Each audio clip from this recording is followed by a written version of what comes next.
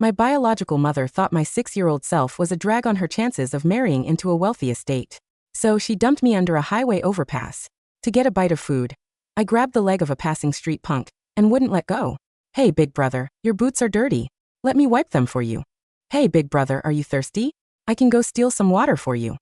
A bunch of street punks looked down at me. Damn, this kid knows how to hustle. Fine, let's keep her. She's our little sister now. From that day on, I had 12 gangster brothers. They never taught me any grand life philosophies. They only taught me one thing. If someone bullies you, beat them to a pulp. Because of this, in 12 years, my 12 brothers had never actually been in the same room together. Either one was doing time for breaking someone's leg, or another was locked up for cracking someone's ribs. But against all odds, I studied hard, got into college, and became the only university student from our rundown neighborhood. Yet on the very first day of classes, my roommate lost her luxury necklace and pointed the finger straight at me. Our academic advisor, the dorm supervisor, and the roommate's rich parents marched right to my place, demanding to search it. I blocked the doorway. Can we please just resolve this at the school office? The roommate's mother shoved me aside. Guilty conscience, huh? I want to see exactly what kind of trashy home breeds a thief. I stood at the door of my off-campus place, looking at Mrs. Miller, our academic advisor, who had her usual just following protocol face. Behind her stood a middle-aged couple practically dripping in designer labels, and Chloe, my roommate, leaning against the hallway wall with a smug smirk. May, Mrs. Miller said, adjusting her glasses. If you really have nothing to hide, you should let us and Chloe's parents take a look inside. It's the best way to clear your name. Chloe's mother sneered at me, scanning me from head to toe before her eyes settled on my faded, worn-out canvas sneakers. She let out a loud, dramatic sigh. Chloe stepped forward, lowering her voice, but making sure everyone in the hallway could hear. May, you could barely afford the tuition deposit, right? I heard you're only here on financial aid. With your background, who else would steal my $4,000 Tiffany necklace? Who's going to believe you? I ignored her and looked straight at Mrs. Miller. Mrs. Miller, can we please just handle this through the campus board? Why are you so scared? Chloe's father took a step forward. He had a massive gold pinky ring and pointed his finger right in my face. My daughter's necklace is the latest Tiffany collection. For grand. If it wasn't you, then who? We are searching your place today. I want to see what kind of trashy family raises a thief. Chloe laughed out loud beside him. I clenched my fists so hard my nails dug into my palms. Fine, I said. Let's go. As we walked out of the campus gates, Chloe kept pace right next to me, her high heels clicking loudly on the pavement. May, do you even know who bought me that necklace? My boyfriend. The one who drives the Mercedes, she said, tossing her hair. Honestly, you're not ugly. Why do you do stuff like this? Why not just find a guy to take care of you? What's the point of finishing college if you're just going to be broke forever? I stopped and turned to look at her. Was that Mercedes rented or borrowed? I asked flatly. Because last week, I saw him riding a rental scooter outside the gate. Chloe's face went rigid. Her mother overheard and immediately rushed over.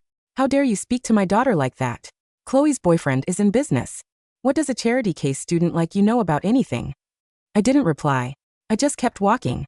But my mind drifted back to my 12 brothers. When I was 6, my birth mother, Eleanor, abandoned me under a highway overpass because I was getting in the way of her marrying a rich guy. She left me with $20 and never looked back.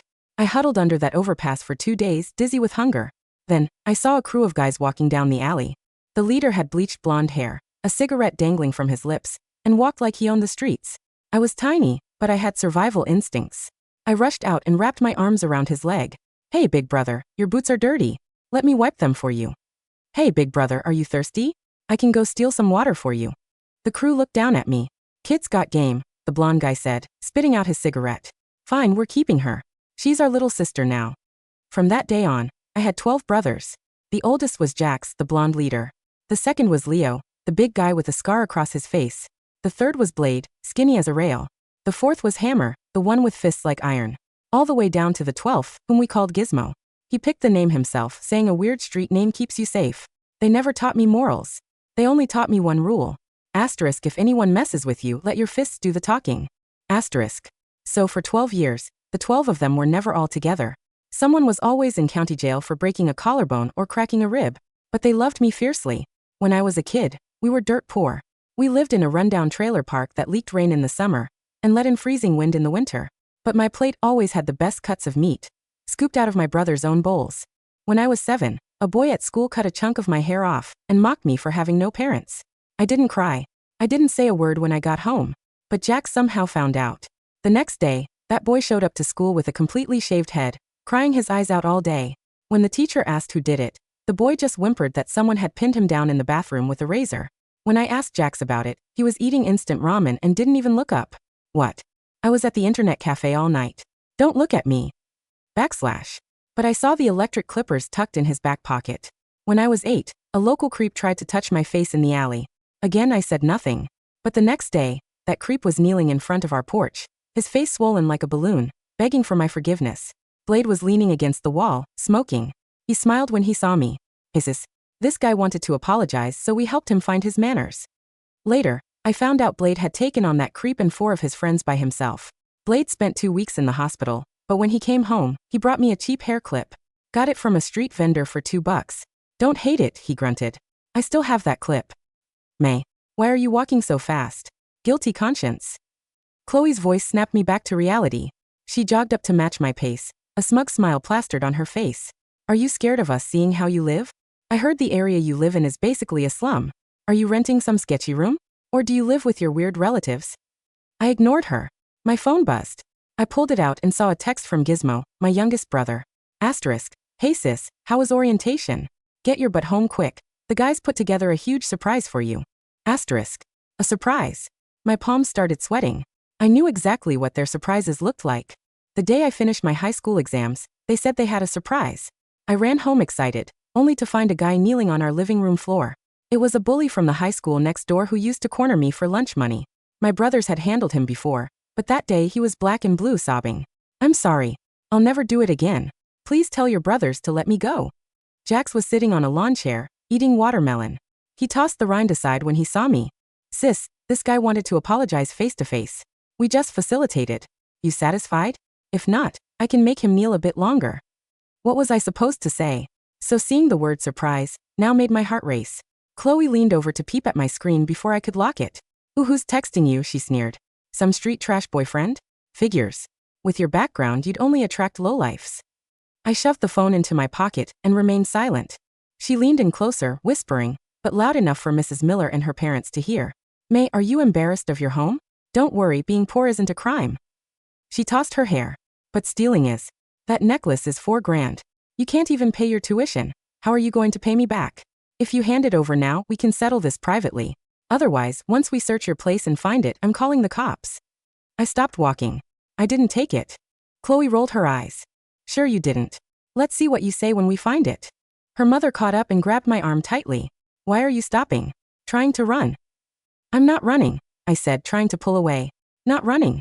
Her mother gripped harder, her sharp acrylic nails digging painfully into my skin. You look like you're about to bolt. We should hold her down, otherwise, she'll run for sure. Chloe chimed in immediately. Yes. Hold her. Mrs. Miller turned around, frowning, but she didn't stop them. Chloe's father walked over. Mrs. Miller, I agree. If she runs, who pays for the $4,000 necklace? We need to secure her. Mrs. Miller hesitated, then nodded. May, just cooperate for now. It's for everyone's peace of mind. Chloe's mother pulled a nylon strap from her designer bag, trying to bind my wrists. I violently yanked my arm back. Back off. Chloe's mother gasped. Chloe froze. Mrs. Miller's frown deepened. May, show some respect to your elders. I said back off. I glared at them. I didn't steal anything. You have no right to bind me. Chloe's father lunged forward to grab me. I dodged. Chloe sneered. May, you want to fight? I can get you arrested for assault. Go ahead. I spat, staring her down. Her father lunged again. I raised my hand to block, and somehow, my fist connected squarely with his jaw. Honestly, I don't even know how I threw that punch. Maybe it was the muscle memory from the self-defense moves my brothers drilled into me. Or maybe I was just pushed to my limit. Chloe's father groaned, stumbling back against the brick wall. You struck my husband. Chloe's mother shrieked, throwing herself at me and grabbing my hair. Chloe joined in, clawing at me. Mrs. Miller was shouting, "Stop it! Stop it!" from the sidelines, but no one listened. I was pinned to the gravel ground. My scalp burned from being pulled, and I took a couple of hits to the face. During the scuffle, something slipped out of my pocket and clattered onto the concrete. It was a jade amulet. A pale green piece, carved in the shape of a little rabbit. Blade had given it to me. On my 13th birthday, Blade had just gotten out of county jail after a 3-month stretch for protecting his crew. He was visibly thinner, but he smiled when he saw me and pulled this amulet from his pocket. Happy birthday, sis. When I asked where he got it, he just told me not to worry about it, that it was a good piece. Later, Jax told me Blade had taken it from some rich prick who tried to hustle their crew. The guy used the jade to buy his way out of a beating. Jax said it was worth a lot of money and told me to keep it safe. I had kept it close to my chest for years. I never took it off. Chloe snatched the jade off the ground. What's this? She turned it over, her eyes lighting up. Mom, look. This is real jade. Her mother leaned in, and the two whispered frantically. Then Chloe looked up at me triumphant. May, you can't even afford college. Where did you get a piece of jade like this? This is worth thousands. You definitely stole this from somewhere. Give it back. I scrambled up from the ground, reaching for it. Chloe held it high, stepping back. You dare try to steal it back? Her mother shoved me away. This is clearly stolen property. We're giving this to the police. Give it back. I lunged, grabbing for the amulet. In the chaotic struggle, there was a sharp, sickening crack. The jade flew out of Chloe's hand, smashed against the brick wall, and fell to the pavement. It shattered. It broke into several pieces. The little carved rabbit split right down the middle. I froze. Chloe froze too. Then she shrugged. Whatever. It was stolen anyway. Let's go to your place. I want to see what else you've hidden. I knelt down, carefully picking up the broken shards of jade, cradling them in my palm. My eyes stung. But I didn't cry. My brothers told me. Our family doesn't cry. I tucked the shards into my pocket, stood up, and kept walking. Chloe muttered behind me, telling her mom I was definitely a serial thief. I ignored them. After a 10-minute walk, we reached the trailer park at the edge of the city. The alleyways were narrow, littered, and overhead wires hung like chaotic spiderwebs. Chloe laughed out loud. May, you actually live here? Is this even fit for humans? Her mother covered her nose. Ugh, what is that smell? Disgusting. Chloe's father, nursing his bruised jaw, sneered. No wonder she's a thief. Growing up in a dump like this, how else would she survive? Mrs. Miller pinched her nose but remained quiet. I walked up to our rusty metal gate. Chloe nudged me. What are you waiting for? Open it. Let's see your little rat hole. Her mother added. Yes, open it. Get your parents out here. I want to see who raised a brat like you. I pulled out my keys, my hands trembling slightly, not out of fear, but because I could see shadows moving through the cracks of the door. There were voices. More than one person was home. I pushed the door open, and I stopped dead in my tracks. Sitting in the living room was a massive circle of men. 12 of them. Every single one was there. Jax, the oldest, still had his bleached hair, but today it was neatly combed. He wore a brand new t-shirt and actually looked presentable. Leo, the second, still had his facial scar, but he had squeezed into a buttoned-up white shirt, looking incredibly uncomfortable. Blade, skinny as ever, sat upright, smiling the moment he saw me. Hammer, the fourth, sat with his hands on his knees, posture perfectly straight. The fifth, the sixth, the seventh. All the way to Gizmo, who had actually washed his hair and slicked it back with so much gel a fly would slip off it. On the table in front of them sat a massive cake. Written on it in clumsy frosting was, "Congrats on college, sis." Jax was the first to stand up, smiling as he walked toward me. May, you're back. We were waiting for you. It's your birthday, so we all chipped in and got a... He stopped mid-sentence. He saw the people behind me. He saw the red marks on my face. He saw my messy hair, my dirty clothes, and the mud on my sleeves. The smile vanished from Jax's face. Leo stood up. Blade stood up. Hammer stood up. One by one, all 12 of them stood up. Behind her mother, Chloe whispered, "Who are these guys?" May's relatives. The silence in the cramped, low-ceiling trailer was heavy, cold, and absolute. Chloe's whispered question hung in the humid air, but none of my brothers answered. Jax, his neatly combed blonde hair reflecting the dim yellow light of the birthday candles, slowly lowered his hands. His eyes, usually so wild and full of street-smart mockery, traveled from my face, down to the red scratches on my neck and finally stopped on my muddy, torn sleeves. He walked over to me, his boots silent on the wooden floorboards. May, Jax said, his voice deceptively quiet, a low deep rumble that made the glass frames on the walls rattle. Who touched you? Are these your brothers? Chloe's mother stammered, her wealthy, arrogant posture instantly faltering as she looked at the 12 massive, heavily tattooed men who had stood up to form an iron wall around the room. We are the Miller family. We have police connections. Your sister stole my daughter's $4,000 Tiffany necklace, and she assaulted my husband in the street. Blade didn't look at her. His eyes were fixed entirely on my hands. May, Blade said, his voice flat and dead. Where is the rabbit? I reached into my pocket, my fingers trembling slightly as I pulled out the shattered, pale green shards of the jade amulet. I opened my palm, letting the broken pieces of the carved rabbit catch the light of the birthday cake. The moment the broken jade was revealed, the temperature in the room plummeted. Below freezing. Blade's eyes went completely dark. The polite, clean act my brothers had put on for my birthday vanished instantly, replaced by a cold, primordial aura of raw street violence.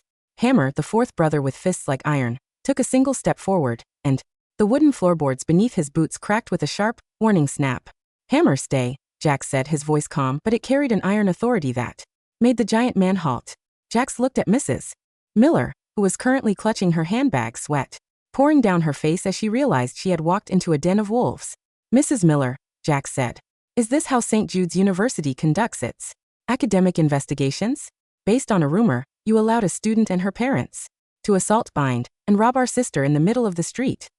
We didn't rob her, Chloe's mother shrieked, her voice rising in a frantic panic. She had that stolen jade. It was clearly stolen. A girl from a trailer park can't afford something like that. That jade, Blade said, his voice dropping into a freezing whisper, was a certified Western Zhou Dynasty artifact. It was authenticated by the State Historical Museum last year, registered under my private security company's asset ledger, valued at $1.2 million. He looked at Chloe, his eyes empty of all humanity. And you just smashed it on the asphalt. The word million hit the room like a physical blow. Chloe's father, nursing his bruised jaw, fell back against the metal doorframe, his face completely devoid of color. 1 million? No. That's impossible. You're just a pack of street thugs. You're lying to get out of the theft. Gizmo, my youngest brother, didn't argue. He slowly pulled a high-end, military-grade tablet from his backpack, his fingers flying across the screen. Hey Jax, Gizmo said, his voice carrying the calm, cold confidence of a self-taught cybersecurity expert who handled the digital security for the very university I attended. I just tapped into the campus security network and the local traffic cameras. He turned the tablet screen toward the crowd. The Tiffany necklace? Chloe didn't lose it at the school. At 9:15 last night, she was in the back seat of her boyfriend's Mercedes outside the Westin Hotel. The internal cabin camera of the car, which I just accessed, clearly shows the necklace slipping from her neck and falling behind the passenger seat cushion. He tapped the screen again, bringing up a live GPS tracker. The Mercedes is currently parked in the university's VIP lot. The necklace is still wedged in the leather seam. Would you like me to call the campus security to retrieve it, or should we let the federal police handle the recovery of the stolen property? Chloe's face turned a sickly, hollow gray. Her mouth opened and closed, her body beginning to shake as her entire, fraudulent story was dismantled in front of her academic advisor. She hadn't lost the necklace. She had simply used the loss as an excuse to target me, hoping to ruin my reputation and force me out of the scholarship race, so she could take my spot. I was just confused, Chloe whimpered, her hands shaking as she tried to back away toward the door. I thought you took it. Let's just drop this, okay? It's my birthday too, let's not make a big deal out of it. Drop this. Jax let out a cold, sharp laugh. He pulled out his phone and tapped a single button. Within 5 seconds, the narrow alleyways of our trailer park were filled with the loud rhythmic wail of sirens. But they weren't the local precinct cruisers. They were the armored vehicles of the State Special Investigation Unit. The security agency Leo, my second brother, ran. The police are already here, Chloe, Jax said. And they're not here for May. The arrest in our living room was swift, silent, and brutal. The special officers moved in, completely ignoring Chloe's father's screaming demands, and clicked heavy steel handcuffs around the wrists of Chloe, her mother, and her father. Chloe Miller, Helen Miller, Richard Miller, the lead officer announced, his voice flat as iron. You are under arrest for grand larceny, malicious destruction of cultural relics, and conspiratorial assault against a minor. Mrs. Miller, the academic advisor, stood in the corner, her face completely pale, as Mr. Vance's legal representatives handed her a formal termination notice from the university's Board of Trustees. Mrs. Miller, the lawyer said, your involvement in this illegal, unauthorized search has violated the university's charter. Your employment is terminated, with cause effective immediately. No, please. I was just following protocol, she cried as the officers led her out of the trailer, her high society status completely ruined in a single afternoon. Once the room was cleared, the remaining 11 brothers turned back to me. The cold, violent auras vanished instantly, replaced by a quiet, sheepish embarrassment as they looked at the slightly squished birthday cake on the table. May, Jax said, scratching his blonde hair. I'm sorry we ruined your first day of college. We wanted to give you a clean, normal celebration. I looked at the 12 of them, the men who had skipped meals, fought in the streets, and risked their lives just to make sure I had a plate of meat and a chance at a real future. I walked over, grabbed Jax's sleeve, and buried my face in his chest, my tears finally spilling over. You didn't ruin anything, Jax, I whispered, my voice thick. It's the best birthday I've ever had. A year after the arrest, the grand auditorium of St. Jude's University was packed with the city's elite, professors and corporate sponsors for the annual Chancellor's Scholarship Gala. I stood on the center of the stage, wearing a tailored emerald green silk gown. My skin was healthy, my hair styled in soft waves, and my eyes carried a quiet, fierce confidence as I accepted the gold medal for the top-ranking academic student in the state. The crowd erupted into thunderous, respectful applause. And standing in the very front row, wearing matching, high-end bespoke black suits, were my 12 brothers. Jax looked like a corporate tycoon, his blonde hair neatly styled. Leo stood tall, his facial scar looking like a mark of distinguished power, and Blade was leaning against the pillar, a soft, proud smile on his face as he adjusted his silver tie. They were no longer the street thugs of the trailer park. They were the executives, the directors, and the legends of the city's underground logistics and security networks, the very network that now quietly ruled the state's commercial channels. As we walked out of the auditorium after the ceremony, we ran into Chloe. She was wearing a cheap, faded coat, her face pale and wrinkled from a year of working 12-hour shifts at a local shipping dock to pay off the $1.2 million restitution for my grandmother's shattered jade. Her family was bankrupt, her father's business ruined, and she had been permanently expelled from the university. When she saw me, surrounded by my 12 brothers, her knees buckled, and she fell directly onto her knees on the stone steps. May, please, she sobbed, her fingers reaching through the space to touch my shoes. I'm sorry. I was blind. I was stupid. Tell your brothers to drop the civil interest charges. We're starving, May. I looked down at her, and for the first time, I felt absolutely nothing. My brothers never taught me life philosophies, Chloe, I said, my voice quiet, even, and entirely cold. They only taught me one thing. I looked at Jax, who gave me a warm, proud nod. If someone bullies you, I whispered, you beat them to a pulp. And I've already finished the job. I walked past her, my high heels clicking sharply on the stone steps, my 12 brothers following behind me like a pack of silent, protective wolves. Completely free. The winter was over. The trailer park was safe. And my spring had finally begun.